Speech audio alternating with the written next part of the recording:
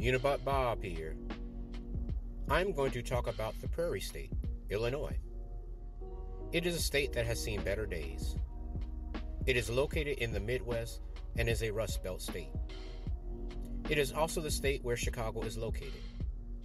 The video won't necessarily focus on Chicago, but many issues discussed do affect Chicago. To start, Illinois is a pretty divided state. I can break this state into three distinct areas: Chicago, collar counties, and downstate. Chicago, of course, is the state's largest city. The collar counties are the suburban and exurban counties that surround the city. Downstate refers to the rest of the state. The collar counties are the swing voters in the state and ultimately decide the outcome of elections in the state. The city of Chicago is very much blue, and downstate is very much red. This is very important to know because the budgetary impasse we will later discuss in this video was in part prolonged due to political stalemate. Not to dive into the focus of this video, I wanted to provide a little background on Illinois. One day I hope to see better days for this state, but it has a long way to go. Over the last few years, Illinois has been one of the top states to see a mass exodus of people, leaving in favor of other states like Indiana, Florida, California, and Texas. In this video, we are going to explore factors that led to the exodus and explore possible solutions. In a recent poll, Illinoisans are choosing to leave the state for better housing and employment opportunities. In this poll, they cited high taxes as their number one reason for leaving. Illinois amassed a large pension liability by deferring debt. This was during a period where baby boomers made up the largest population, were retiring, and would in turn start receiving pension payouts from the state. This in turn was creating a vicious cycle of more debt backlogs that carried on for year to year. The state also had backlogs of bad debt from the Great Recession of 2008. This resulted in the Illinois budget impasse. This was a 793-day-long budget crisis in the state of Illinois. From July 1st, 2015 to August 31st, 2017, Illinois was without a complete state budget for fiscal years 2016, 2017, and part of 2018. As a result, many agencies had to make cuts or borrow money to continue operating. It also adversely impacted the economy as a whole, its credit rating, and general confidence in the state's government. As of 2022, WalletHub reports Illinois as having the highest taxes, which were calculated using a ratio on local and state taxes and property taxes. They reported Illinois as having a tax ratio of 15.01%.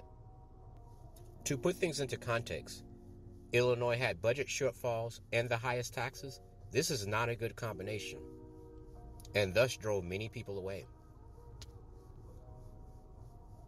Not to mention corruption. Illinois has had a long history of corruption. 6 governors have been charged with some form of corruption. Several congressmen and state officials also have been charged with corruption. At the time of this recording, there is an ongoing investigation of former Illinois Speaker of the House, Michael Madigan. This is said without even mentioning Chicago, which gets its nickname Windy City, not from its weather, but from big-winded politicians who made big promises. I think you can see where this is going.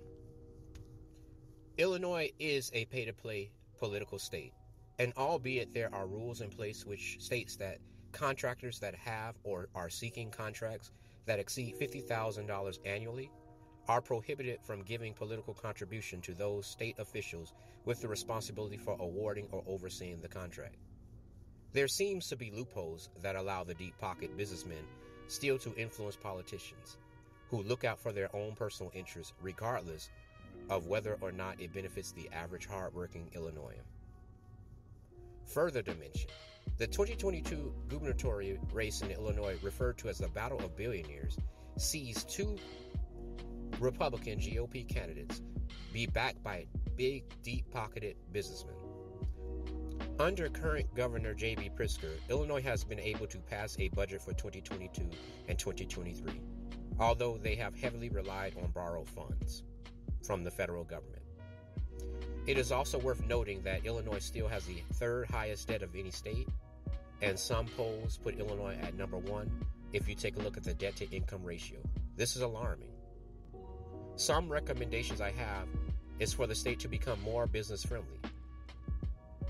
States that are currently seen as business-friendly are seeing more opportunities, and many of those states are seeing population increases. This will spur new revenues and new cash flows. Other areas of improvement are to improve the infrastructure and focus on renewable energies. This in the long term will lower expenses as well.